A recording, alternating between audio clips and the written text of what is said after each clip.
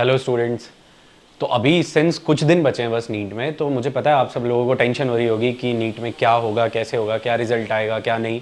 लेकिन मैं आपको कुछ बात बता रहा हूँ। आप सब हमेशा टेंशन लेते हो फिजिक्स और केमिस्ट्री की, क्योंकि नीट वाला बच्चा कभी बायो की टेंशन नहीं लेता। लेकिन बायो में अगर आप 360 तक स्कोर कर लेते हो, जो कि मैक्सिमम मार्क्स है, अगर आप इतना स्कोर कर लेते हो, 330 340 भी स्कोर कर लेते हो, तो आपके पास एक बहुत तगड़ा कॉन्फिडेंस आ जाता है और इसी को यूज करना है हमें। तो मैं आपको कुछ ऐसा प्लान बता रहा हूँ जिससे आप आराम से इतना स्कोर कर सकते हो।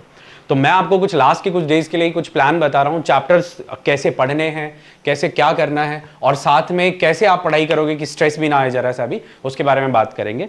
सबसे पहले मैं आपको बताऊं तो आपको हमेशा एक ध्यान देना है, एक बात, कि आपको लगातार कोई पढ़ते नहीं रहना है, थोड़ा थोड़ा ब्रेक लेके पढ़ना है। हमेशा 1 घंटा या 1 घंटा 15 मिनट का स्लॉट बनाओ, थोड़ा सा ब्रेक लो, देन वापस से पढ़ाई पे लग जाओ। अभी टाइम बिल्कुल वेस्ट नहीं करना है। दूसरी सबसे इंपॉर्टेंट बात कि मैं आपको जो प्लान देने वाला हूं, उस प्लान के हिसाब से मैं आपको 11th का एक चैप्टर पढ़ने के लिए बोलूंगा, एक 12th का चैप्टर पढ़ने के लिए बोलूंगा, ताकि आपको ऐसा ना रहे कि मेरा 11th पोर्शन वीक हो गया या 12th पोर्शन वीक हो गया।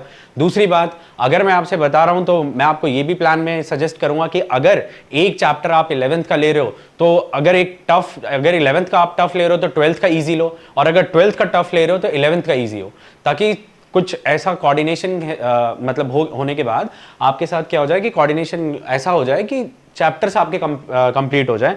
दूसरी बात, सबसे इंपॉर्टेंट बात ध्यान देना कि स्ट्रेस बिल्कुल नहीं लेना इन चैप्टर्स का, और जो चैप्टर अगर आपको टफ लग रहा है तो आप उनको पहले पढ़ के खत्म कर लो, ताकि वो बाद में आपको लोड ना दे। तो जो प्लान है मेरा, वो मैं आपको 10 दिन का प्लान बता रहा हूं, और ये जो 10 दिन का प्लान है, ये आपको कम से कम नहीं भी तो 300 नंबर तक स्कोर करवा जाएगा। इसमें इस प्लान में मैंने बस कुछ चैप्टर्स को इंक्लूड अभी नहीं किया है। वो हमारे जो चैप्टर्स हैं वो मॉर्फोलॉजी हैं, उनमें मैंने थोड़ा सा आपको बताया है, बस समझाया है। बाकी मैं अगर बताऊं तो मैं चैप्टर वाइज आपको बहुत कुछ डाटा बताऊंगा, जिसमें आपको बताऊंगा कि अगर कोई आप चैप्टर पढ़ रहे हो तो उसमें आप क्या नहीं पढ़ो और क्या पढ़ो, सो दैट स्कोर हो जाए। मतलब अगर कोई चैप्टर 20 पेज का है तो मैं आपको बस बताऊंगा कि उसमें कौन से ऐसे 3 से 4 पेज इंपॉर्टेंट है जिससे आपका काम बन जाए।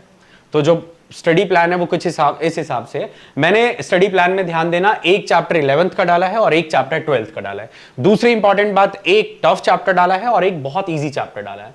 तो जो जैसे मैंने पहले दिन के लिए आपको बताया कि पहले दिन में अगर आपको पढ़ना है तो पहले दिन आप पढ़ लो फोटोसिंथेसिस, और दूसरा जो चैप्टर आपको पढ़ना है वो पढ़ लीजिए आप ह्यूमन रिप्रोडक्शन। फोटोसिंथेसिस से 3 से 4 क्वेश्चन आएंगे और ऐसे ह्यूमन रिप्रोडक्शन से 2 से 3 क्वेश्चन आएंगे। मैं इधर 3 से 4 थोड़ा ज्यादा भी बोल रहा हूं, लेकिन मेरे हिसाब से 2 से 3 क्वेश्चन तो फिक्स आने हैं ही। तो आपका पहले दिन में 6 क्वेश्चन का मटेरियल जो है तैयार हो गया। कहने का मतलब है आपने एक दिन पढ़ाई करी, 2 चैप्टर कंप्लीट किए और आपने कम से कम 24 से 30 मार्क्स गेन कर लिए। यही चीज आपको हमेशा ध्यान देना है। आप एक ब्लैंक पेपर पे लिख सकते हो कि डे 1 में आपने 30 मार्क्स का कंटेंट तैयार कर लिया है, 50 मार्क्स का कंटेंट कर लिया है, क्योंकि आप फिजिक्स केमिस्ट्री भी पढ़ोगे साथ साथ। ठीक है। दूसरी बात, ऐसी मैंने दूसरे डे के लिए ऐड किया है कि आप यहाँ पे रेस्पिरेशन इन प्लांट और रिप्रोडक्टिव हेल्थ पढ़ सकते हो। सबको पता है कि रेस्पिरेशन इन प्लांट थोड़ा सा हल्का सा ज्यादा ही टफ चैप्टर है, क्योंकि वहां पर हमें एंजाइम और कुछ जो हमारे पास क्रेब्स साइकिल है, जो टेबल्स है, ग्लाइकोलिसिस वगैरह है, वो सब हमें याद करना है। लेकिन अगर मैं वही बात करूं रिप्रोडक्टिव हेल्थ की, तो बहुत ज्यादा कंपैरेटिवली बहुत ज्यादा इजी चैप्टर है। ज्यादा से ज्यादा आपको एक पेज वहां पे थोड़ा सा ध्यान से पढ़ना है, बाकी तो सिंपल रीडिंग है। प्लांट ग्रोथ रेगुलेटर, फिर से प्लांट ग्रोथ रेगुलेटर थोड़ा सा टफ है, लेकिन सेक्सुअल रिप्रोडक्शन इसके साथ क्यों डाला मैंने, sexual reproduction in flowering plant, मैंने इसलिए इसको डाला है क्योंकि मुझे पता है कि 12th में पहला चैप्टर यही पढ़ाया जाता है और ये चैप्टर हर किसी को अच्छे से याद रहता है।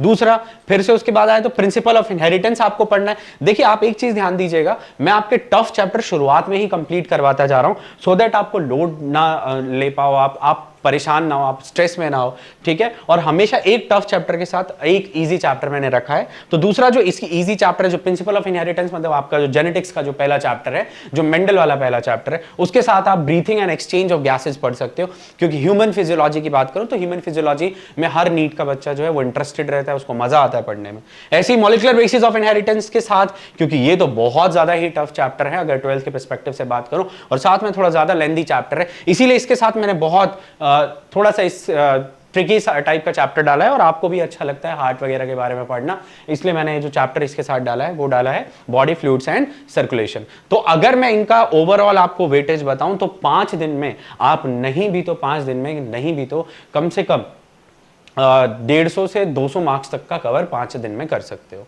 ठीक है, मतलब 150 मिनिमम 150 तो आप कर ही सकते हो। नेक्स्ट उसके बाद आगे आते हैं तो बायोटेक्नोलॉजी, जो डे 6 का प्लान है, बायोटेक्नोलॉजी का फर्स्ट चैप्टर है ये, और बायोटेक्नोलॉजी का सेकंड चैप्टर नेक्स्ट है। अच्छा, बायोटेक्नोलॉजी के साथ मैंने एक्सक्रीटरी प्रोडक्ट डाला है। हाँ, यहां पर एक चीज हुई है कि यहां पर जो एक्सक्रीटरी प्रोडक्ट है ये भी थोड़ा सा ट्रिकी है, थोड़ा सा इंपॉर्टेंट है यहां पर, ठीक है। ऐसी नेक्स्ट इसके साथ मैंने न्यूरल कंट्रोल एंड कोऑर्डिनेशन डाला है। ले दे कि मैं आपको ह्यूमन फिजियो ही पूरी कंप्लीट करा दे रहा हूं, एक यूनिट ह्यूमन फिजियो कंप्लीट हो जाएगी, एक आपकी जेनेटिक्स कंप्लीट हो रही है, ठीक है, और दूसरा आपकी बायोटेक कंप्लीट हो रही है। तो आप देखो कि ओवरऑल मैक्सिमम वेटेज वाले चैप्टर्स आपके शुरुआत में कंप्लीट हो रहे हैं, क्योंकि ह्यूमन फिजियो से अगर देखा जाए तो ह्यूमन फिजियो से नहीं भी तो 60 से 70 मार्क्स का आ रहा है, जेनेटिक्स से अच्छे खासे मार्क्स का आ रहा है, बायोटेक से अच्छे खासे मार्क्स का आ रहा है, तो ये चीज ध्यान देना। Next human health and disease के साथ रखा है केमिकल कंट्रोल एंड कोऑर्डिनेशन, और यहीं पर आपका ह्यूमन फिजियो खत्म भी हो जाता है। तो आपका एक यूनिट खत्म हो जाएगा, आपको पता भी नहीं चलेगा, ठीक है।